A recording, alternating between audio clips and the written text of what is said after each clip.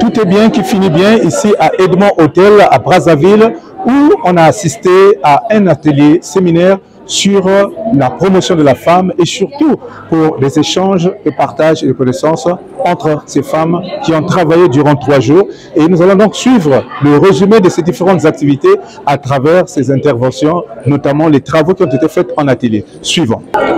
Je suis Simone Guigny, venant du Cameroun, femme en situation de handicap.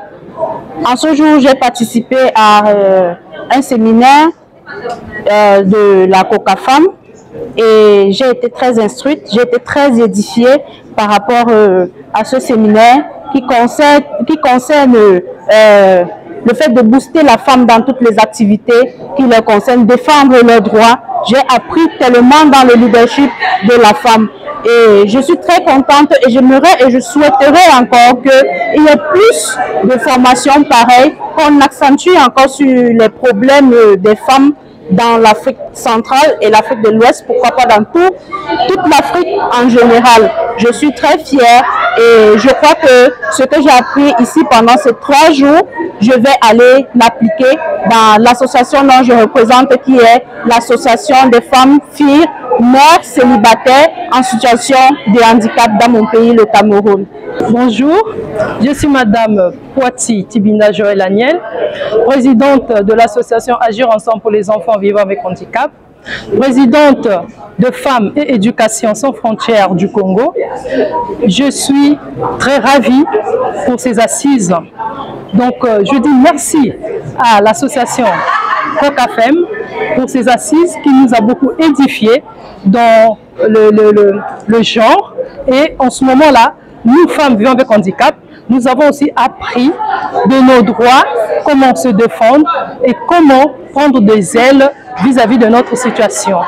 Donc, je demanderai à l'association COCAFEM de revenir souvent pour cette bonne formation d'édification en l'endroit des femmes vivant avec handicap et du genre. Merci. Je suis Gustave Massanga, secrétaire général de l'Observatoire Handicap Humanité et consultante référente nationale handicap Congo. Nous sommes à notre 2e édition avec COCAFEM. Nous venons de faire d'abord une formation en janvier 2023 sur le lancement officiel de ce travail. Donc ce travail vient après nous répondre aux recommandations du dialogue de haut niveau tenu du 19 au 20 janvier 2023 à Brazzaville. Ce que nous avons retenu de cette formation, c'est qu'il y a eu beaucoup d'innovations, beaucoup d'échanges et une participation effective de femmes handicapées. Parce que dans notre domaine, nous sommes très marginalisés, très discriminés, mais quand la COCAFEM peut réunir en une journée, en une session, la personne handicapée et rurale et leader, c'est un atout pour nous. Donc nous remercions la COCAFEM. Nous souhaitons que tout ce qu'on veut de prendre comme résolution et recommandations soit exécuté et appliqué de nos différentes pays. Nous demandons le réseautage parce qu'on se rend compte que dans les formations, ce qui nous bloque, c'est le réseautage. Quand on n'est pas organisé, on n'est pas uni, on n'est pas fort. Et nous voulons qu'à partir de cette formation, que les femmes s'engagent au réseau afin qu'on fasse une élite féminine africaine forte. Merci. Alors, je suis Madame Lenda Sitou-Milangou, je suis magistrat et je suis membre actif de l'Association des femmes juristes du Congo, en sigle AEJC. Alors, c'est un atelier qui regroupait un certain nombre de pays, la RDC, le Cameroun, le Gabon, etc., le Sénégal. Et l'objectif était de partager un certain nombre d'expériences et en fait d'aborder ensemble les questions de genre et de leadership. Voilà. Et nous nous sommes rendus compte que dans la plupart des pays, les problèmes étaient les mêmes, notamment ceux concernant les violences faites à l'égard des femmes. Et à l'issue de ces 3 jours, nous avons pu échanger sur les différents types de leadership, sur des modèles africains ou autres, et sur ce qu'il y a à faire au niveau de nos États. Parce que dans certains pays, il y a de la législation, il y a des textes, mais ces textes ne sont pas appliqués.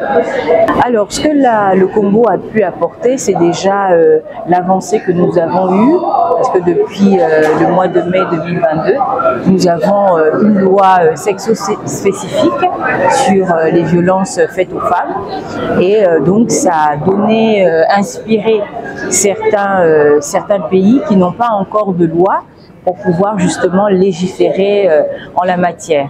Alors un sentiment de satisfaction, et vous savez c'est toujours bien de voir ce qui se passe ailleurs pour pouvoir l'implémenter à notre niveau. Et on dit que l'union fait la force. Donc là, le fait que toutes ces associations soient réunies ici, nous allons former un réseau pour pouvoir porter plus haut certaines revendications, notamment faire des plaidoyers au niveau de l'Union africaine, au niveau des Nations Unies, etc. Alors nous allons en discuter, voilà, donc là comme nous venons de nous constituer, nous allons en discuter pour voir, mais je pense qu'il faut déjà nous laisser le temps de mettre à la disposition, de divulguer les recommandations qui ont été prises avant de se retrouver pour faire le point. C'était vraiment une réussite, comme vous venez de le constater, parce que ces femmes venues de plusieurs pays d'Afrique centrale et de l'Afrique de l'Ouest ont su tirer profit de ce moment de partage. Merci à la COCAFEN qui a donc pu réunir tout ce monde pour cette grande activité. Rendez-vous pris pour la prochaine édition.